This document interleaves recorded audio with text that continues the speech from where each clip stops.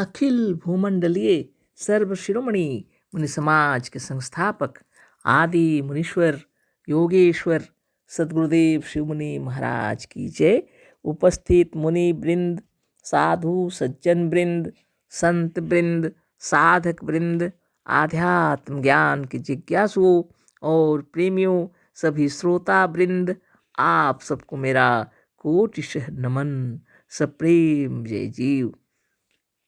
तो आध्यात्मिक चर्चा चल रही है और हम लोग सदगुरुदेव शिव मुनि महाराज रचित ग्रंथ निरोग होने का अद्भुत उपाय पर चर्चा कर रहे हैं। यह अध्याय 15 है। शीर्षक दिए हैं गुरुदेव डॉक्टरों से हानि, और उसी पर आज आगे पढ़ेंगे हम लोग सदगुरुदेव जो बतला रहे हैं। तो गुरुदेव का कहना है कि जो कुछ खाने पीने का है, जो कुछ भी है, ये सब जब तबीयत खराब हो जाती है तो हम दूसरों के भरोसे उस पर चले जाते हैं। डॉक्टर जो कहते हैं वैसे ही खाते पीते हैं, है ना। तो इस तरह से उन्होंने आगे बतलाया हम लोगों को क्या है, स्थिति क्या हो जाती है। हमें क्या खाना चाहिए, इसे दूसरे से पूछने की आवश्यकता नहीं है। अंतरात्मा स्वयं बतलावेगी कि अमुक वस्तु चाहिए और अमुक वस्तु नहीं चाहिए। तो बहुत ही गहराई बात है, गहरी बात है इसके अंदर, है ना। सदगुरुदेव कह रहे हैं हमें क्या खाना चाहिए, इसे दूसरे से पूछने की आवश्यकता नहीं है। किसी दूसरे से पूछने की आवश्यकता नहीं है। हमें क्या खाना चाहिए, अंतरात्मा स्वयं बतलावेगी कि अमुक वस्तु चाहिए और अमुक वस्तु नहीं चाहिए। यानी हम क्या खाएं क्या ना खाएं, इसे किसी से पूछने की आवश्यकता नहीं है। लेकिन जो योगी हैं, साधक हैं, वही इस विषय को अच्छी तरह से जान सकते हैं। साधारण व्यक्ति को मालूम नहीं रहता है ना। जो खाने की चीज़ें हैं उसको छोड़कर जो अखाद्य है उसको खाने लग जाते हैं।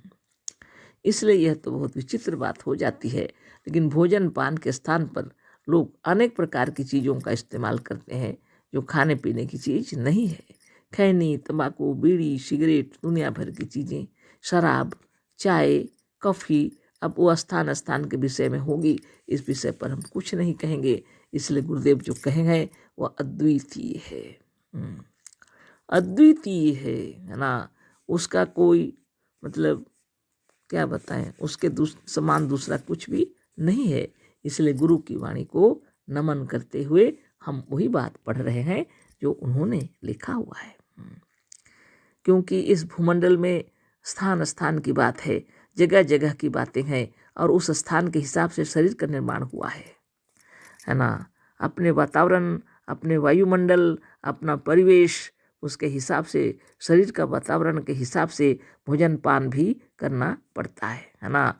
इसलिए हम उस विषय पर कोई चर्चा नहीं करेंगे। जो गुरुदेव बोल रहे हैं उसको पढ़ लेते हैं, बस इतनी बात बहुत बड़ी है। बड़ी बात है कि हमें क्या खाना चाहिए, इसे दूसरे से पूछने की आवश्यकता नहीं है। अंतरात्मा स्वयं बतलावेगी कि अमुक वस्तु चाहिए और अमुक वस्तु नहीं चाहिए। अंतर में जो हमारी हृदय की विचार जो है, अंतरात्मा जिसको बोलते हैं, हमारी अंतरात्मा स्वयं बतावेगी कि हमें क्या खाना चाहिए। अमुक वस्तु चाहिए, अमुक वस्तु नहीं चाहिए।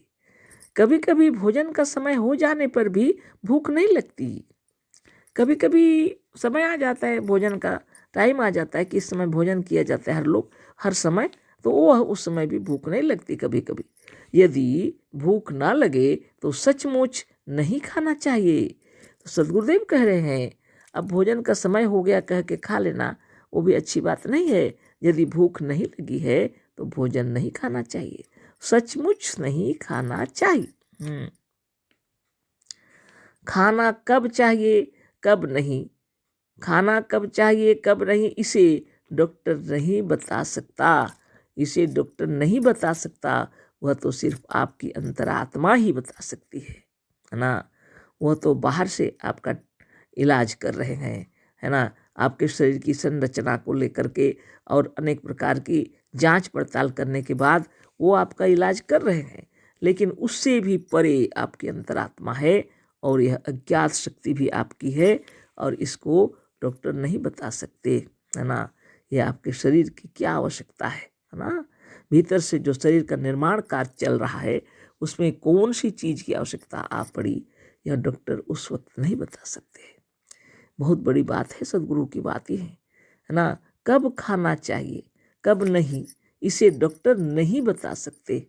इसी तरह से क्या खाना चाहिए क्या नहीं, इसे भी अपनी आत्मा ही बतलावेगी। तो क्या खाना चाहिए क्या नहीं, इसे भी आत्मा ही बतलावेगी। कब खाना चाहिए, है ना, इसे भी अपनी आत्मा ही बतलाएगी, इसे कोई डॉक्टर नहीं बता सकते।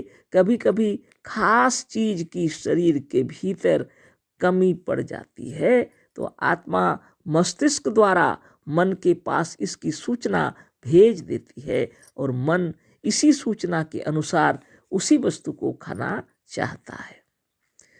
मन के अंदर ये सब कार्यक्रम हो रहे हैं, अपने शरीर की प्रकृति के अनुसार सारे कार्यक्रम हो रहे हैं। अज्ञात शक्ति से मन को सूचना मिल जाती है शरीर के अंदर क्या जरूरत है। कभी कभी खास चीज की शरीर के भीतर कमी पड़ जाती है तो आत्मा मस्तिष्क द्वारा मन के पास इसकी सूचना भेज देती है, गुरुदेव कह रहे हैं, और मन इसी सूचना के अनुसार उसी वस्तु को खाना चाहता है। जब भीतर में किसी चीज की कमी हो गई तो अंतरात्मा के भीतर से मन को यह सूचना मिल जाती है और यह मस्तिष्क में चला जाता है और वहां से आदेश मिल जाती है हमें यह चीज खानी है। अतः इच्छित पदार्थ को खाना रोग को मिटाने वाला होता है। तो बहुत बड़ी बात है, निर्भय होकर के आप विचार कीजिए, है ना। जो इच्छा हो रही है उसको भोजन, उसका माने आपको भोजन कर लेना चाहिए। जो इच्छा हो रही है उसे खा लेना चाहिए, क्योंकि इच्छित पदार्थ को खाना रोग को मिटाने वाला होता है। तो सदगुरुदेव के कहने का मतलब, विभिन्न परिस्थितियों में हम लोग खाना ये नहीं खाएंगे वो नहीं खाएंगे, डॉक्टर ये बोले वो बोले, इस पर जो चले जाते हैं उस वक्त गुरुदेव कह रहे हैं इच्छा हो रही है उसे अवश्य खा लो, है ना। जिस वस्तु की कमी के कारण रोग होता है, जिस वस्तु की कमी के कारण में रोग हो रहा है वह कमी जिस चीज के खाने से पूरी हो सकती है। तो जिस वस्तु की कमी के कारण रोग हो गया वह कमी जिस चीज के खाने से पूरी हो सकती है, अंतरात्मा उसी चीज को मांगती है। तो अंतरात्मा उसी चीज को मांगती है।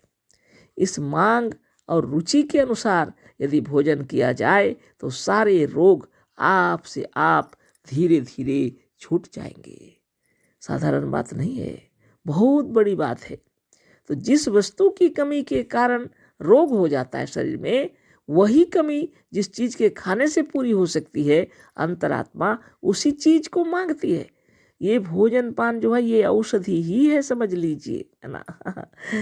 इस मांग और रुचि के अनुसार यदि भोजन किया जाए तो सारे रोग आप से आप धीरे धीरे छूट जाएंगे। तो बहुत बड़ी गलती हम लोग करते हैं, है ना। हम लोग भयभीत हो जाते हैं, परिवार के लोग सभी लोग भयभीत हो जाते हैं और जो रोगी है वो जो चाहता है उसको हम लोग नहीं देते हैं खाने के लिए, है ना। डर जाते हैं हम लोग, है ना। जो हम लोग को अनुभव नहीं है वह चीज़ हम लोग के पास मालूम नहीं है। अगर डॉक्टर कह दिए कि ये चीज़ बिल्कुल नहीं खाना है, इसको खिलाना नहीं है, हम लोग भयभीत हो जाते हैं, घर परिवार के सभी लोग। और जैसे किसी की कोई बीमारी इतनी जटिल समस्याओं से घिरी हो, है ना, हम डर जाते हैं क्या खिलाएं क्या ना खाएं। वो जो चाहते हैं वो फल भी नहीं खिलाते, वो भोजन भी नहीं खिलाते, वो जो चाहते हैं उसको हम लोग खिलाते ही नहीं हैं, है ना। भयभीत हो जाते हैं हम लोग और उसकी तबीयत खराब होती रहती है। औषधि देते हैं हम लोग, है ना, ज़बरदस्ती। टाइम का टाइम उसको औषधि खिलाना है, टाइम का टाइम उसको कुछ ना कुछ खिलाना है और औषधि खिलाना है, लेकिन वह जो चाह रहे हैं उसे हम लोग नहीं खिलाते हैं, है ना।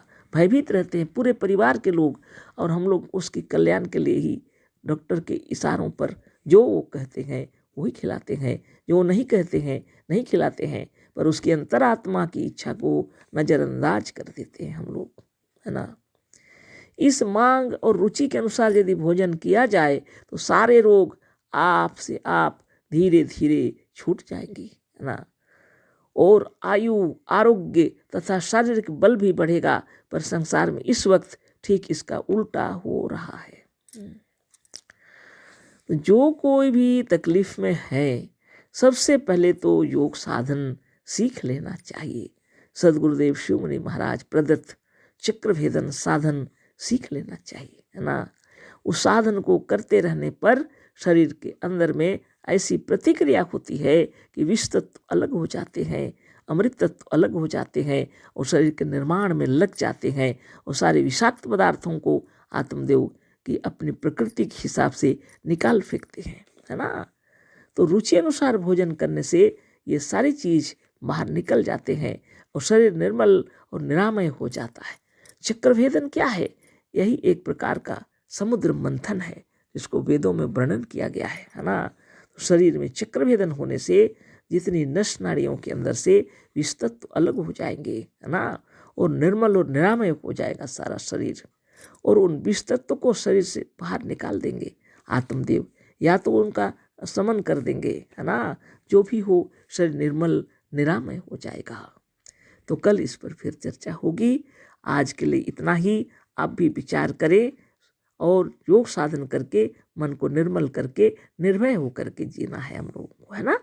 अशेष धन्यवाद, कोटिशः नमन। सद्गुरुदेव शिवमुनि महाराज की जय। सप्रेम जय जीव।